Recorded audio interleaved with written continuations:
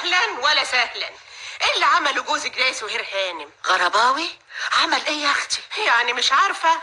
هو ما قالكيش؟ ما تتكلمي يا ست راوية. هي حصلت يكتب شكوى عشان ابني نجح وابنك سقط. ايه شكوى؟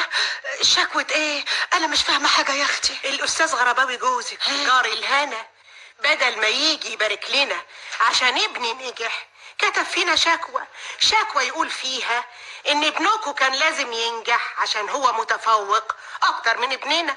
حقك عليا يا اختي. بقولك ايه، ولا حق ولا غيره، احنا خلاص صباح الخير يا جاري، انت في حالك وانا في حالي. ليه كده بس يا اختي؟ قولي لجوزك ويكون في علمك ما تخليش ابنك يتكلم مع ابني. ما تزعليش يا اختي وما تخليش الموضوع ياخد اكتر من حقه. جوزي محمود كان عايز يعمل مشكلة كبيرة وانا اللي حشته. الامر لله. عشنا وشفنا، ده كان يوم ما طلعتلوش شمس، يوم ما سكنته جنبنا. لا حول ولا قوة الا بالله. يعني اعمل ايه يا ناس في غرباوي جوزي؟ ده فاضل يكتب شكوى في نفسه هو كمان. يا عيني على بختك يا سهير. الساعة بقت 9 ولسه ما حدش جه المكتب. ما شاء الله بقى سايبة هيصة. امال ايه يا فرغلي؟ انت اللي اسمك فرغلي؟ ايوه يا استاذ غرباوي. ايوه انت فين يا بني ادم؟ اطرش ما بتسمعش؟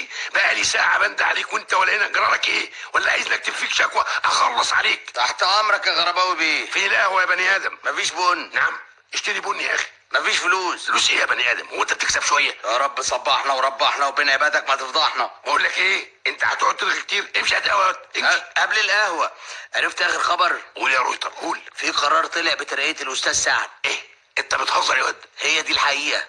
حقيقة ايه؟ انت لازم بتهزر تقول لي حقيقة؟ ده انا اهد الدنيا، ده انا اكسرها، ده انا اجيب عليها واطيها، ده انا ارفع قضية، ده انا اكتب شكوى، ده انا هخلص عليكم. شكوى في مين على الصبح؟ اهلا يا استاذ سعد، الف مبروك الترقيه. شكوى فيك انت عشان اترقيت وماله؟ ما انا متوقع منك كده. وانا احق منك بالترقية يا اخي. طب وليه المصلحه ما رقتكش؟ ايوه علشان الكفاءات دايما وابدا مش واخده حقها. انا اللي مزعلني يا اخوانا ان المصلحه مش مقدره مواهبي، مش عارفه تستفيد من خبرتي وعبقريتي. انا عبقري في الاداره واللوائح والقوانين يا عالم. القواعد الحكوميه ده انا فلته ما تخرش الميه. عارف يعني ايه فلته يا استاذ؟ اجيب لك الشاي يا استاذ سعد؟ لا خليها شربات، حلاوه الترقيه. وهتعمل حسابنا طبعا. صباح الخير يا مدام امين. صباح الخير. طبعا عامل حسابكم. وانا كمان معاكم يا سعد. صباح الفل يا رضا.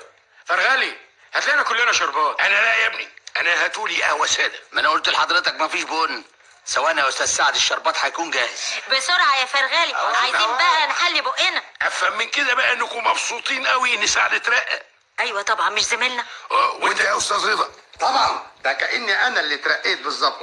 يعني ما حدش بقى هيمضي معايا على الشكوى؟ لا طبعا. ولو اكتبها لوحدي وامضي عليها انا لوحدي. انا طالع للسيد رئيس مجلس اداره وفورا.